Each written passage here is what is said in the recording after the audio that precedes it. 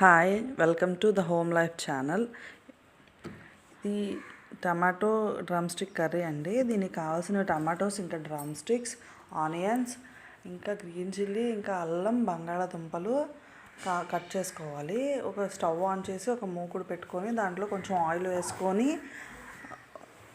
Green chillies ఇంకా అల్లం బాగా రెడ్గా బాగా వేగాలండి. బాగా వేగాక అందులో ఆనియన్స్ వేసుకొని బాగా ఎర్రగా వేయించుకోవాలి. చూడండి, కలర్ మారేదాకా వేయించుకోవాలి.